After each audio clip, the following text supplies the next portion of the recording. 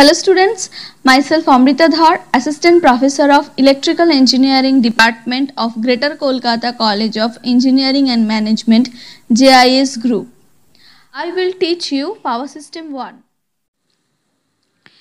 In this video, I will discuss about grading of cables and capacitance of 3-core cable. This topic is included in a module 4 of the subject Power System 1.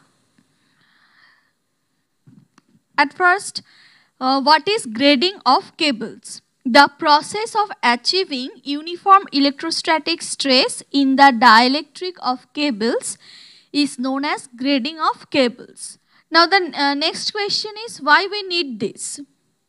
Now it has already discussed that the electrostatic stress in a single core cable has a maximum value at the conductor surface and goes on decreasing as we move towards the sheath. The maximum voltage that can be safely applied to a cable depends upon Gmax, and that is electrostatic stress at the conductor surface. Now for safe working of a cable having homogeneous dielectric, the strength of the dielectric must be more than Gmax. Now if a dielectric of high strength is used for a cable, it is useful only near the conductor where stress is maximum. But as we move away from the conductor, the electrostatic stress decreases. So the dielectric will be unnecessarily overstrong. So this unequal stress distribution in a cable is undesirable for two reasons. First, insulation of greater thickness is required, which increases the cable size, and second, it may lead to breakdown of the insulation. Now in order to overcome these disadvantages, it is necessary to have a uniform stress distribution in a cables. Now this can be achieved by distributing the stress in such a way that its value is increased in the outer layers of the dielectric, and this is known as the grading of cables. So there are two types of grading. First one is capacitance grading, second one is intersheath grading. Now what is capacitance grading? Now the process of achieving uniformity in the dielectric stress by using layers of different dielectrics is known as capacitance grading. Now in capacitance grading, the homogeneous dielectric is replaced by a composite dielectric. The composite dielectric consists of various layers and layers of different dielectrics in such a manner that the relative permittivity epsilon r of any layer is inversely proportional to its distance from the center. Now here we can see that epsilon 1 is different from epsilon 2 is different from epsilon 3.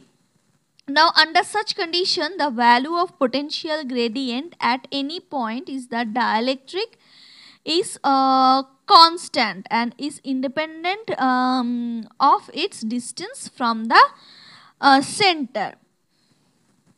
Now why the potential gradient at any point in dielectric is constant? Because we all know that relative permittivity is inversely proportional to distance. Now epsilon r equals to, we can write k by x, where k is a constant. Now potential gradient at any point, we can write this expression q by 2 pi epsilon 0 epsilon r into x. We derived this expression in our previous videos. Now this equals to in place of epsilon r we can write k by x. So we write k by x in place of epsilon r, and x is cancelled. So we get q by 2 pi epsilon 0 k which is a constant value. Now this shows that if the condition epsilon r is proportional, inversely proportional to distance is fulfilled, then potential gradient will be constant throughout the dielectric of the cable.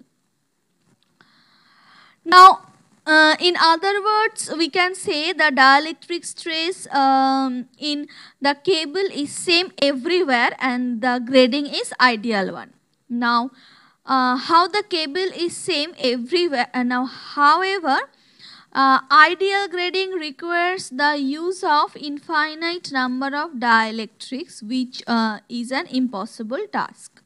So in practice, 2 or 3 dielectrics are used in decreasing order of the permittivity. So the dielectric of highest permittivity being used near the core. Now you can see that there are 3 dielectrics of outer diameter D1, D2 and D, and relative permittivity epsilon 1, epsilon 2 and epsilon 3.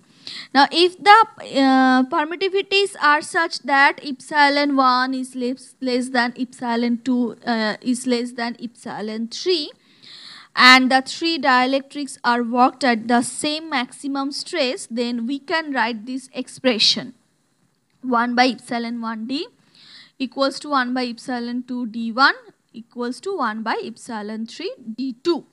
So from this we can write epsilon 1 d equals to epsilon 2 d1 equals to epsilon 3 d2. How can we write this? Because we all know that G1 max equals to Q by pi epsilon 0 epsilon 1 into D. G max 2 is this and G max 3 is this. Now if G1 max equals to G2 max equals to G3 max, this is our objective. So we can write that 1 by epsilon 1 D equals to epsilon 2 D1 equals to epsilon 3 D2. Now next is V1. V1 is equal to D by 2 to D1 by 2 G into dx. Now what is V1? V1 is the voltage of this layer.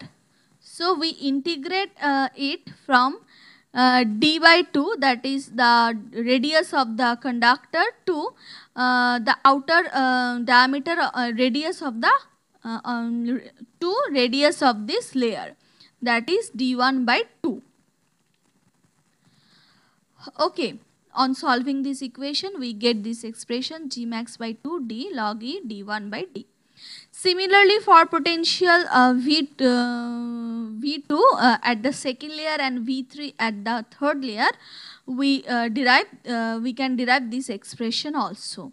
Now total potential difference between core and the earth sheet is V1 plus V2 plus V3, and by putting the value of V1, V2 and V3 we get this expression. Now if the cable had homogeneous dielectric, then for the same values of D, capital D and G maximum, the permissible potential difference between core and earth would have been V dash equals to G max by 2 D log E D by capital D by D. Now obviously V is greater than V dash. Okay, that is for given dimension of the cable, a graded cable can be worked at a greater potential than non-graded cable. Alternatively, for same safe potential, the size of graded cable will be less than that of the non-graded cable. You should remember some important points.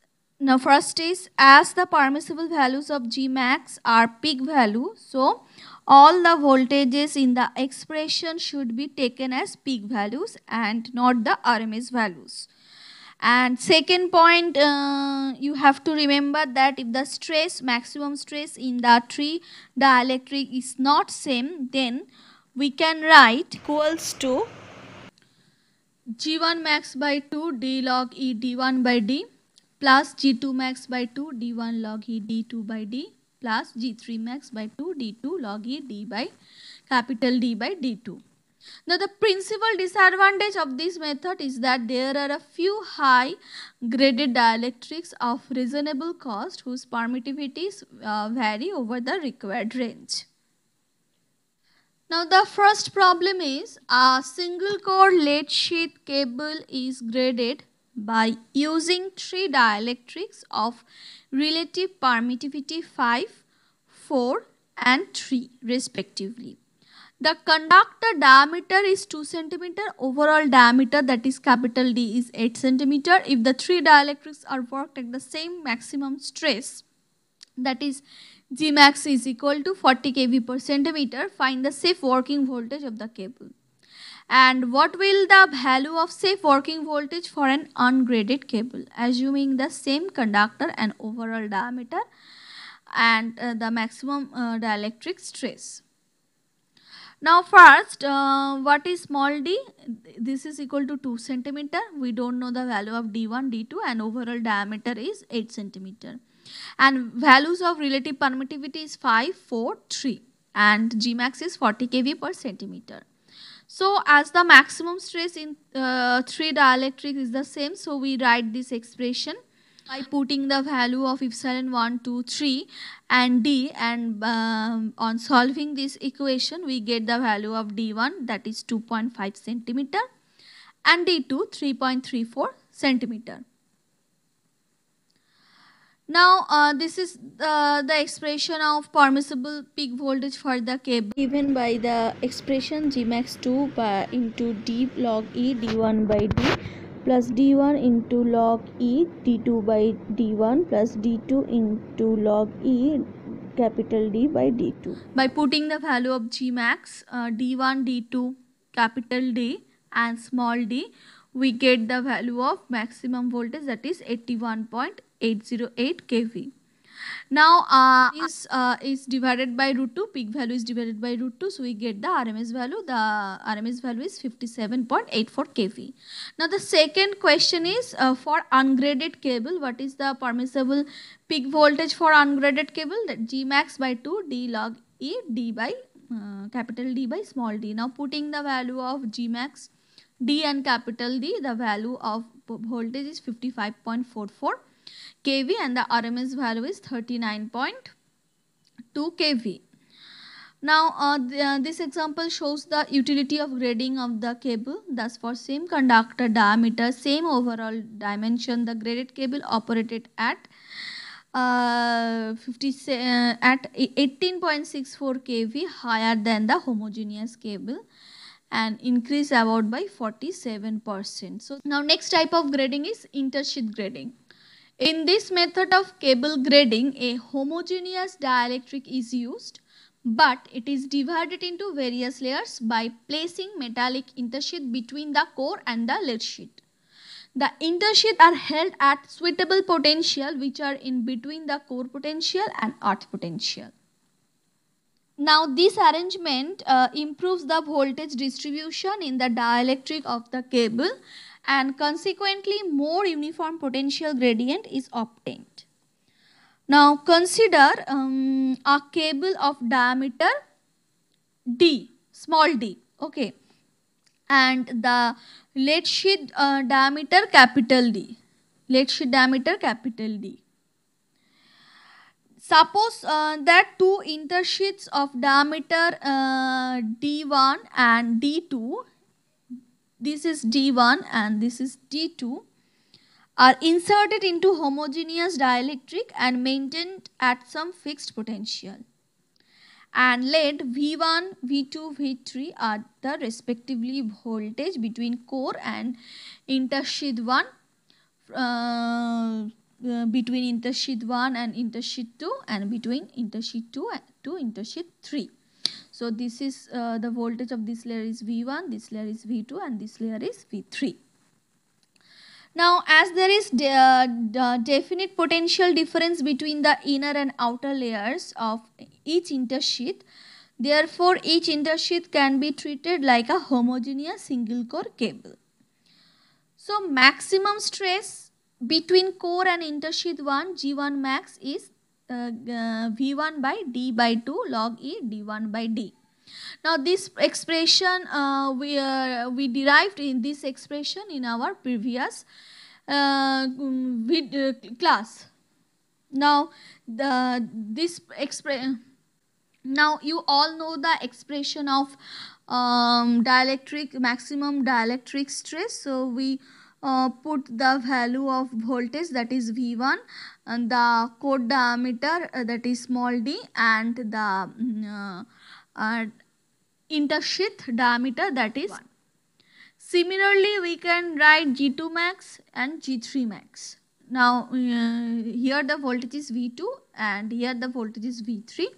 Here the sheath diameter is D2 and here the sheath diameter for third layer is overall diameter, that is capital D. Now since the dielectric is homogeneous, the maximum stress in each layer is same.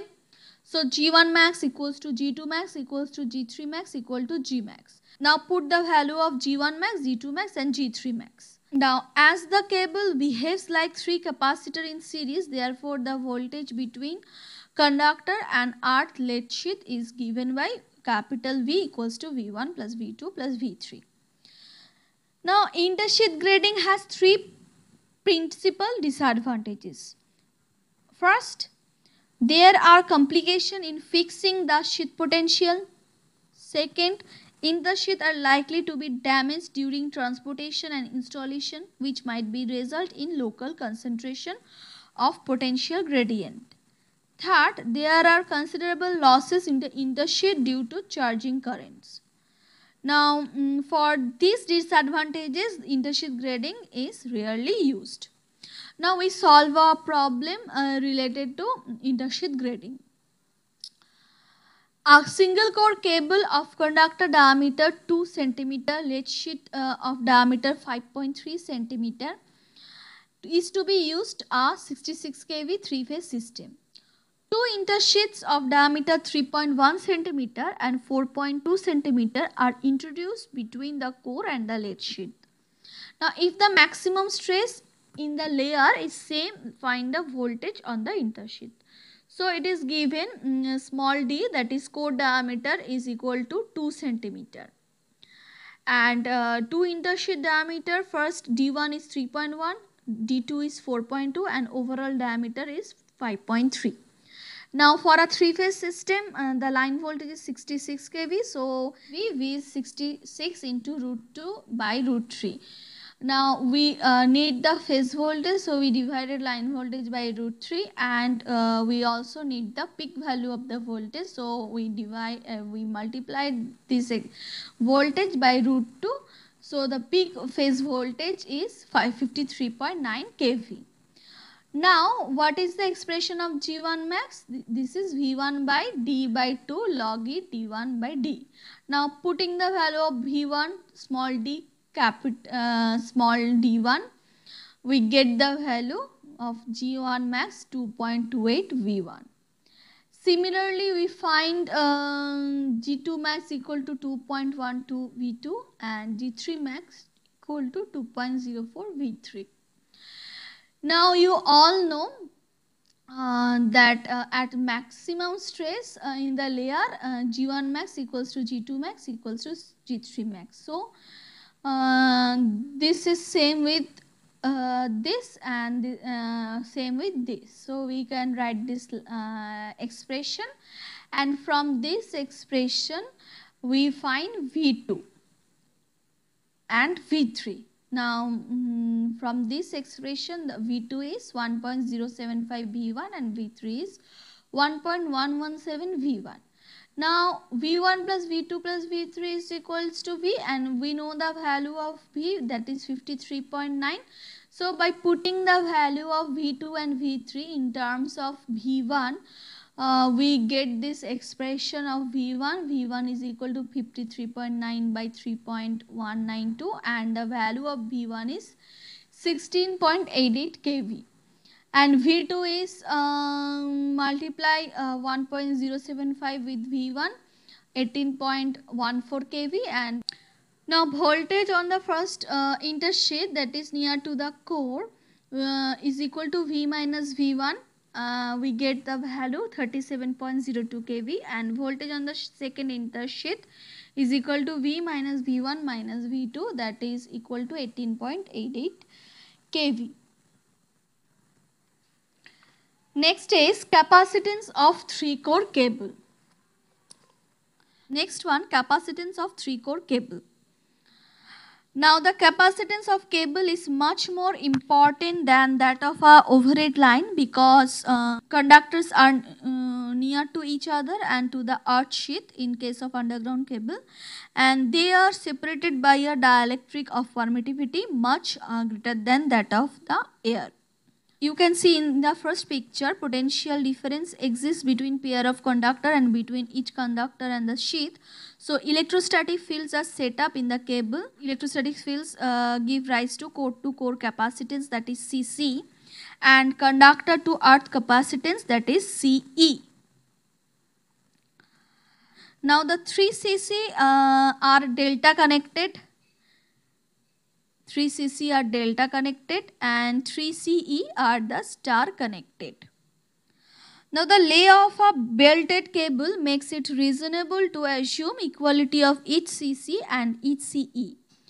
The 3 delta connected Cc can be converted into equivalent star connected capacitance. And it can be easily shown that equivalent star capacitance is equal to 3 times of Cc. The system capacitance is reduces to equivalent circuit, and therefore the whole cable is equivalent to 3 star connected capacitors, each of capacitance Cn, that is equals to Ce plus 3 Cc. We can Cn is equal to Ce plus C equivalent equals to Ce plus 3 Cc.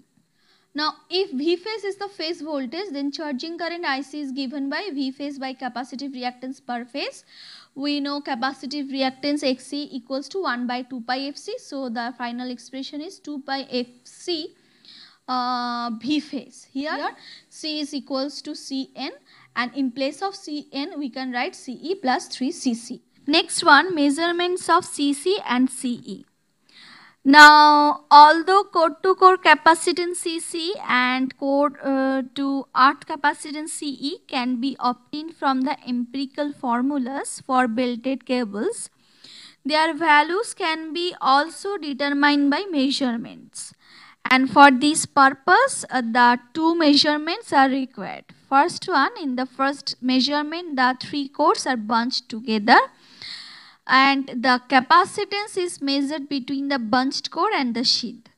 The bunching eliminates the all 3 capacitance Cc and leaving the 3 capacitors Ce in parallel. Therefore, if C1 is measured capacitance, this states L C1 is equal to 3 Ce, which can written as Ce equals to C1 by 3. Now, knowing the value of C1, the values of Ce can be determined. In the second method, in the second measurement, 2 cores are bunched with the sheath and capacitance is measured between them and the third core. This states yields 2 Cc plus Ce. If C2 is measured capacitance, then C2 is equal to 2 Cc plus Ce. As the values of Ce is known from the first test, and the value of C2 is found experimentally, therefore the value of Cc can be determined. Now it may be noted here that if the value of Cn is desired, it can be found directly by another test. In this test, the capacitance between 2 core or line is measured with the third core free or connected to the sheath. Now this eliminates one of the capacitors Ce, so that if C3 is measured capacitance, then C3 equals to Cc plus Cc by 2 plus Ce by 2, that is equal to half Ce plus 3 Cc, and that is equal to half Cn. Next problem is, the capacitance of a 3-phase belted cable are 12.6 microfarad between the 3 cores bunched together, and the lead sheath is 7.4 microfarad between one core and the other 2 connected to sheath. Find the charging current drawn by the cable when connected to 66 kV 50 Hz supply. Now V phase equals to line voltage by root 3. This is equals to 38105 volt. F is given 50 Hz, C1 is 12.6 microfarad and C2 is 7.4 microfarad. Now C1 is 3 CE, C1 is 3 CE. So CE is C1 by 3, and by putting the value of C1 we get the value of CE 4.2 microfarad, and the value of C2 is equal to 2 CC plus CE. Now from here CC is C2 minus CE by 2. Now put the value of C2 and CE, we get the value of CC 1.6 microfarad. Now core to neutral capacitance is given by Cn equals to Ce plus 3 Cc. So we put the value of Ce and Cc, we get the value of Cn, that is 9 microfarad. So charging currents, we write this expression 2 pi f V phase Cn, that is put the value of f, V phase and Cn, we get the value of charging current, that is equal to 107.74 ampere. That's all from today's class. If you have any problem, please contact with me. My contact details is given on the first slide. Thank you.